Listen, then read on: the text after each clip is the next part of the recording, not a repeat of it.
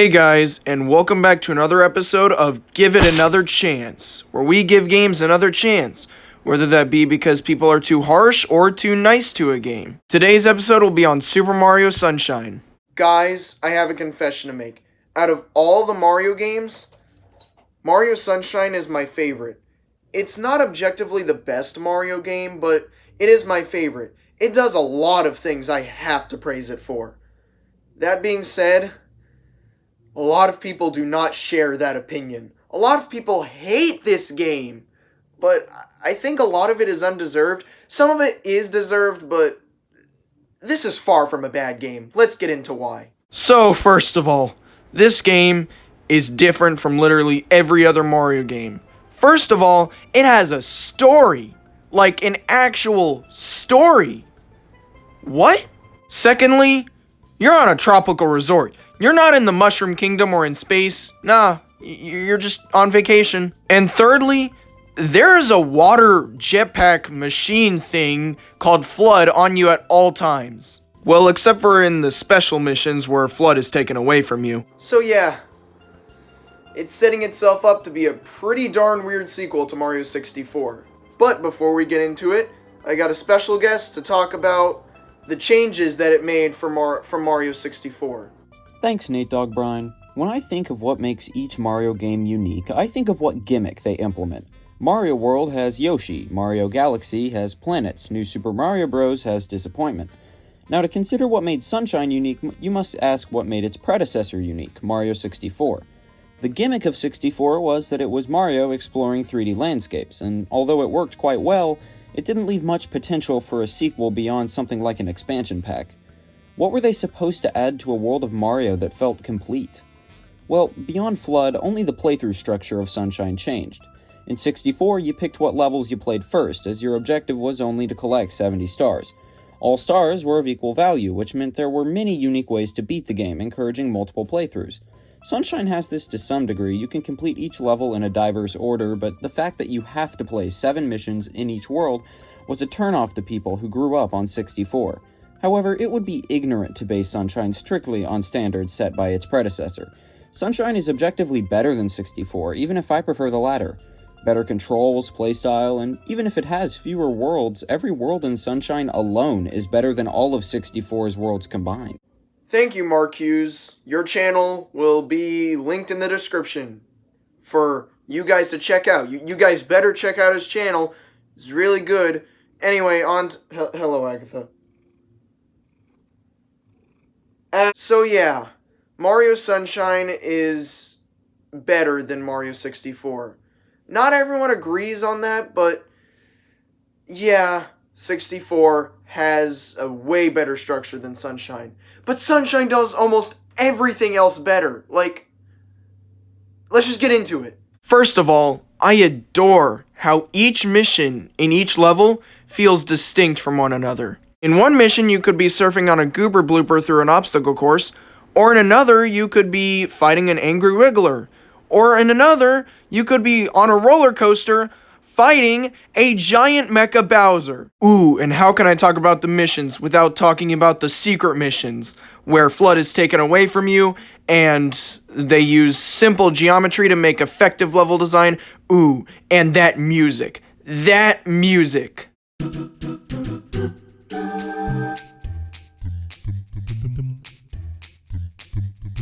Now, this is beginning to sound a lot like variety for the sake of it, but to me, this is just the game keeping things interesting. In Mario 64, you would usually get stars like the same few ways, like platform, or slide, or fight a boss, but in this game, there's so much variety now. So not only does Flood add variety to the moveset, but now each mission adds variety to the level. And honestly, I much prefer this route. Speaking of things I prefer, theming.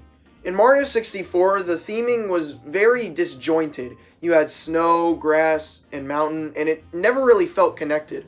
In Mario Sunshine, each level sticks to one distinct theme, and you could look at it as being just lazy theming, or you could look at it as it being not lazy at all, and them making some of the most creative levels with one theme attached. Also, the bosses are a massive improvement over 64. This time, they're actually good. Also, this game, looks really good. I don't know where else to put this, but just look at this game. It looks really pretty, especially for a GameCube game. Honestly, there's just a lot to love about this game. So, I brought another person along with me to talk about things he likes about this game. So, here we go. Here are things he loves about it. Thanks for having me on here, Nate. So, I was told I have to talk about some of my favorite things about my favorite game ever, Super Mario Sunshine. The movement in this game is so good. It's almost as fun and varied as 64's, but without the poop part. Flood really does add a lot. It makes the exploration in this game a lot more fun. But the fact that this really feels like an island thanks to the semi-shared theming and the fact you can see levels whenever really does add a lot. I have no idea if this is intentional, but the clouds look like Yoshi and I love it. Yoshi's main attack in this game is projectile vomiting, and I just think that needs to be done more often. The voice clips in this game are incredible, like how Mario yells when he bumps into a wall or when he burns. He even says open salami when he enters a level, and I have no idea why he does this, but I don't care because I love it. Oh yeah, and Toadsworth says this. I love how some of the NPCs in this game have ongoing stories, like those two Piantas that spend the whole game arguing about stupid stuff, but then they become the best friends ever at the end. It's great. Peach has eyeball earrings.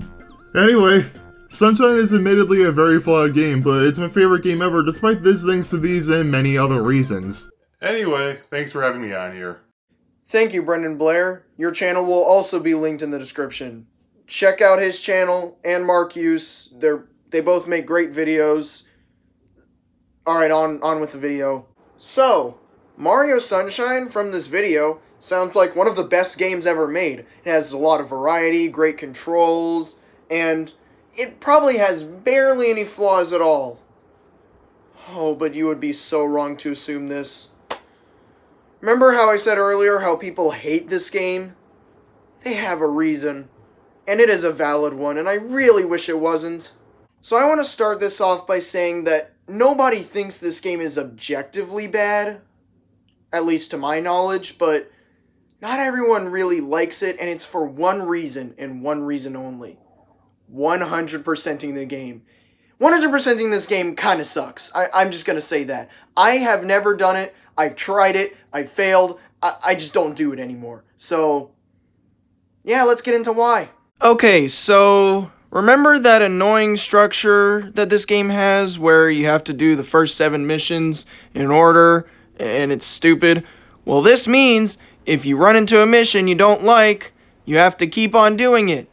Now, I will say that some of the non-optional missions are actually way less bad than people make them out to be. But some of them, yeah, they really suck. Also, if you get all the shine sprites, including the optional ones, you still don't have all of them.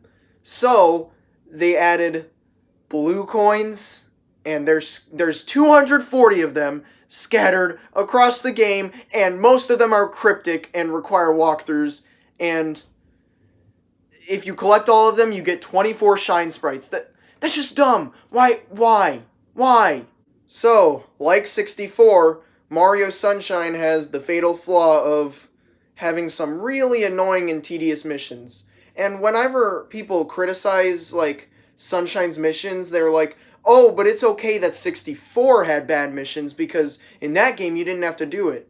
But, does that make it any better? Just because you don't have to do all the bad missions in 64 doesn't mean that they're any less bad.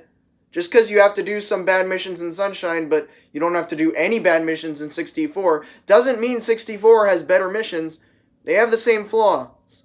Except Sunshine has improvements over 64, so that's why I think Sunshine's better.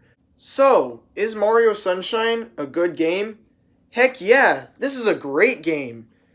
I understand if you don't like it, but objectively, this is a really great game, honestly. Yeah, sure, it's kind of flawed in some areas, but if you look past that, it's really solid. I recommend it. But, it's kind of tedious. So, I understand if you don't like it.